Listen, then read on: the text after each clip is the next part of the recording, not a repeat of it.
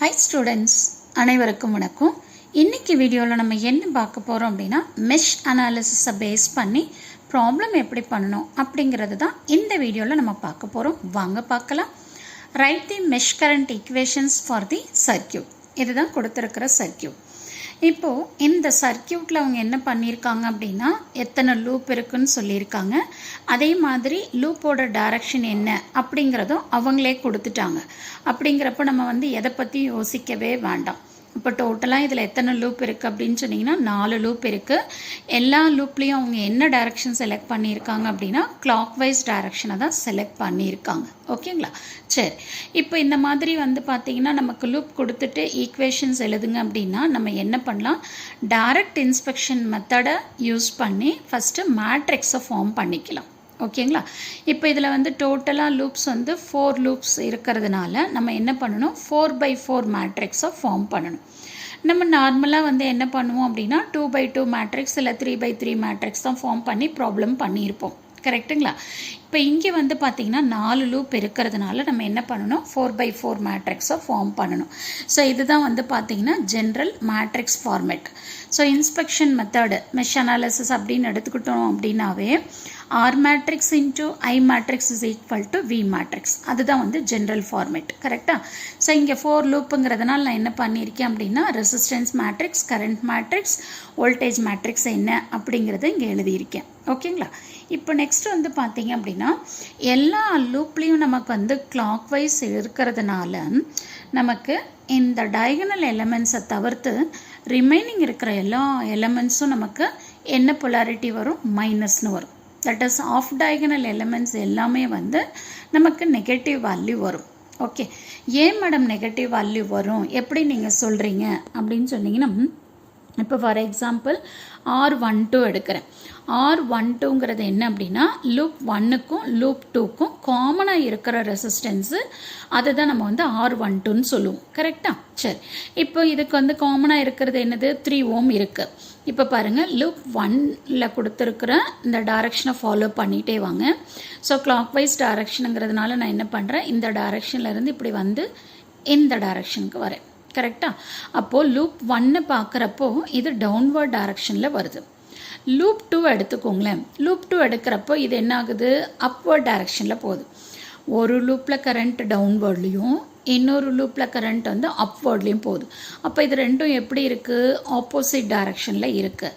அதனால் நம்ம என்ன பண்ணுவோம் அப்படின்னா மைனஸ் போடுவோம். சப்போஸ் சேம் டைரக்ஷன்லேயே வருது அப்படின்னா நம்ம என்ன பண்ணிக்கணும், ஆட் பண்ணிக்கணும். ஓகேவா?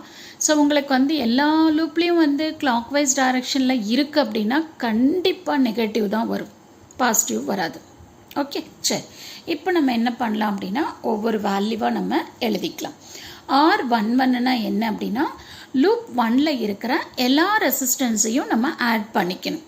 இப்போ லூப் 1ன்னு எடுத்துக்கிட்டிங்க அப்படின்னா 4 ஓம் இருக்குது, 3 ஓம் இருக்குது, 2 ஓம் இருக்குது. இப்போ இது எல்லாத்தையும் ஆட் பண்ணணும். ஸோ அப்போ 2 + 3 5. ஸோ 5ஓட 4 ஆட் பண்ணோம் அப்படின்னா 9. அப்போது R11ஓட வேல்யூ 9ன்னு வருது. ஓகேவா? அடுத்தது என்னது, R12. R12னா என்ன, லூப் 1க்கும் லூப் 2க்கும் காமனாக இருக்கிற ரெசிஸ்டன்ஸ்.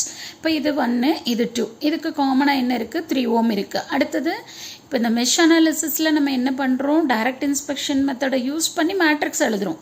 அப்படிங்கிறப்போ நம்ம என்ன பண்ணணும், லூப்போட டைரக்ஷனை கண்டிப்பாக பார்க்கணும். இப்போ இது பார்த்திங்கன்னா 2 கிளாக் வைஸ் டைரக்ஷன். அப்போ நம்ம ஆல்ரெடி நான் என்ன சொல்லியிருக்கேன், மைனஸ் வரும்னு சொல்லியிருக்கேன். அப்போ நம்ம இங்கே என்ன வரும், -3ன்னு வரும். ஓகேங்களா? அடுத்தது R13. இப்போ லூப் 1க்கும் லூப் 3க்கும் காமனாக இருக்கிற ரெசிஸ்டன்ஸ் இங்கே என்ன இருக்குது, 4 ஓம் இருக்குது. இப்போ இதுவும் பார்த்திங்கன்னா ஆஃப் டயகனல் எலிமெண்ட்ஸு. அப்போ -4. அடுத்தது 14. ஸோ இது லூப் 1, இது லூப் 4. அப்போ இதுக்கு ரெண்டுத்துக்கும் காமனாக எதனா ரெசிஸ்டன்ஸ் இருக்கா, இல்லை. அப்போ நம்ம 0ன்னு போட்டுக்கணும். ஓகேவா? அதே மாதிரி 21.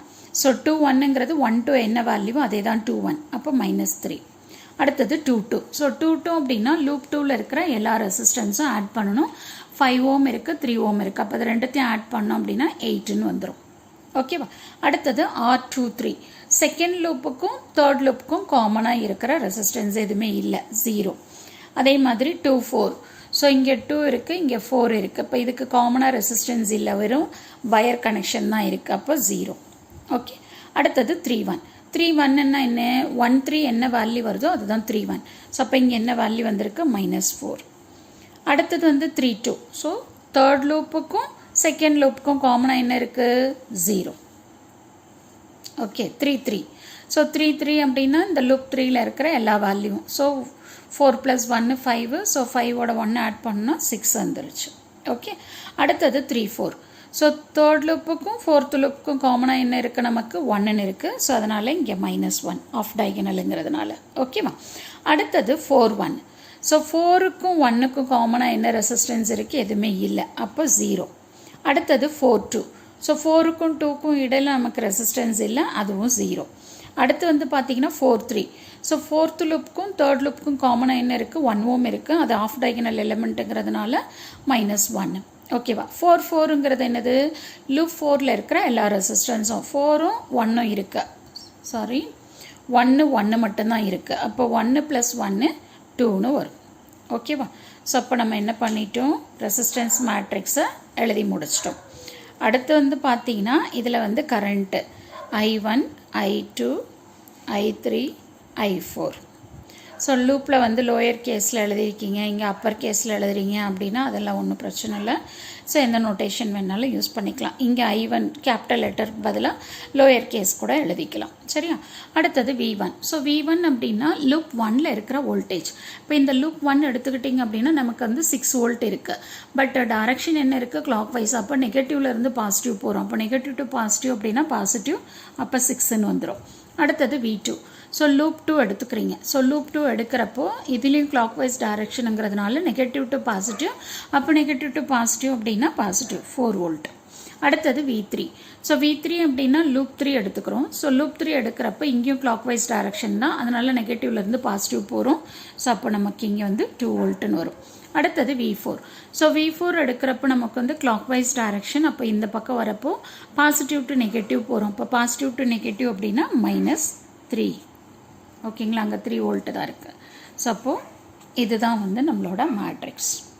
ஓகேங்களா ஸோ ஒன்ஸ் நீங்கள் மேட்ரிக்ஸ் ஃபார்ம் பண்ணிட்டீங்க அப்படின்னாவே ஈக்குவேஷனை நீங்கள் ஈஸியாக எழுதிக்கலாம். எப்படி எழுதுவீங்க 9 × I1 -3 × I2 -4 × I3. அடுத்தது 0 × I4 வந்து 0 தான் வரும், ஈக்குவல் டு 6.